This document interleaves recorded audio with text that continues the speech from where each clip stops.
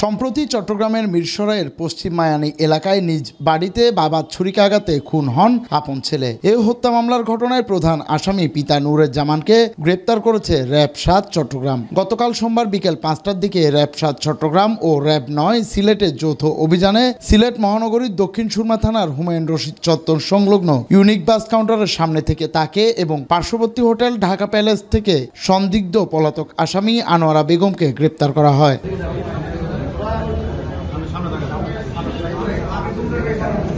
নুরুজ্জামান প্রবাসে থাকা সুবাদে তার স্ত্রী কামরুজ্জাহান তার ২ মেয়ে ও ভিকটিম ছেলে মোহাম্মদ শাহেদকে নিয়ে চট্টগ্রাম শহরে বসবাস করে আসছেন। একসময়ে স্ত্রী জানতে পারে যে গত ৬ থেকে ৭ বছর যাবৎ তার স্বামী মোহাম্মদ নুরুজ্জামান সৌদি আরবে অন্য এক মহিলাকে নিয়ে বসবাস করছে। সৌদি আরবে মহিলাকে নিয়ে থাকার বিষয়ে জানতে চাইলে তার স্বামী বিভিন্ন সময় তার উপর রাগ দেখিয়ে যোগাযোগ বিচ্ছিন্ন করে দিত এবং সন্তানদের ভরণ পোষণ দিত না।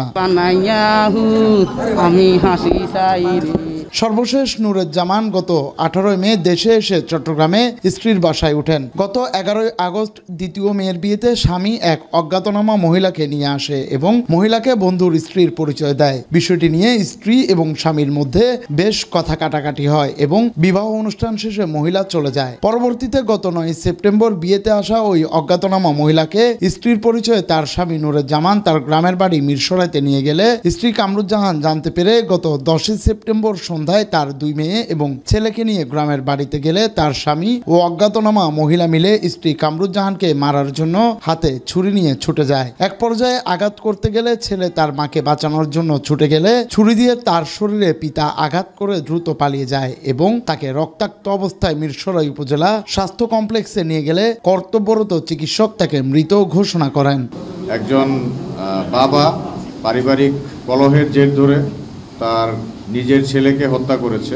যেদিন ঘটনাটা ঘটেছে, ঘটনার সামাজিক যোগাযোগ মাধ্যম এবং আমাদের গোয়েন্দা তথ্যের মাধ্যমে আমরা এই বিষয়টি জানতে পারি।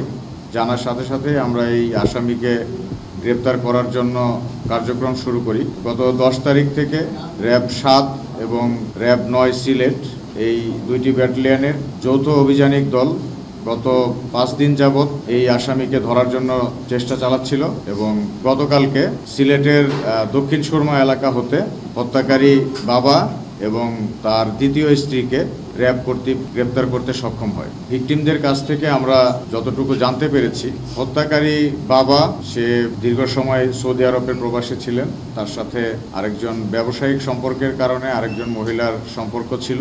পরবর্তীতে বাংলাদেশে এসে সেই মহিলাকে তিনি বিয়ে করেন, যার কারণে পারিবারিক কলহটা আরও বৃদ্ধি পায়। তার প্রথম স্ত্রী এবং ২ মেয়ে এবং তার যে সন্তান হত্যা হয়েছে, এই সন্তানটা অত্যন্ত মেধাবী ছাত্র ছিল বলে আমরা জানতে পারি।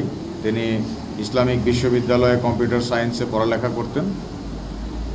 তারা মিরসরাইতে বাসায় গমন করে এই বিষয়টা নিয়ে সমাধান বা আলোচনা করার জন্য, কিন্তু হত্যাকারী বাবা তাদের সাথে কোনো আলোচনায় না যেয়ে বড় একটি ধারালো ছুরি নিয়ে বের হন।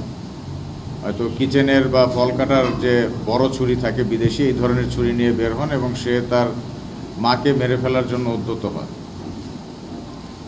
সেক্ষেত্রে তার ছেলে এবং মেয়েরা তাকে বাঁচানোর জন্য কাছে যায়। ছেলে যখন কাছে যায় তখন তার বাবা ছেলেকে বুকে ছুরি দিয়ে আঘাত করে।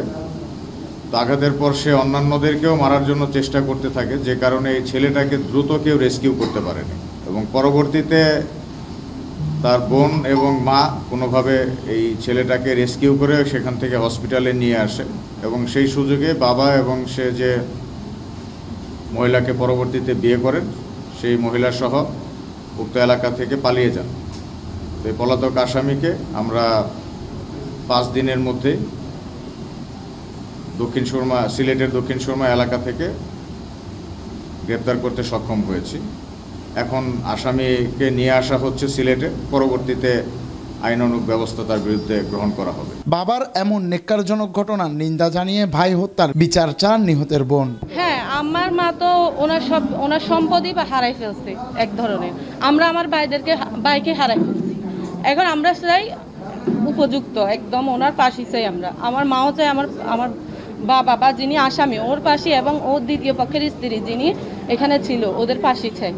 আর ওনাকে এতদিন যারা উস্কাইছে, উস্কানিমূলক কথা বলছে, তাদেরও আমরা শাস্তির দাবি চাই।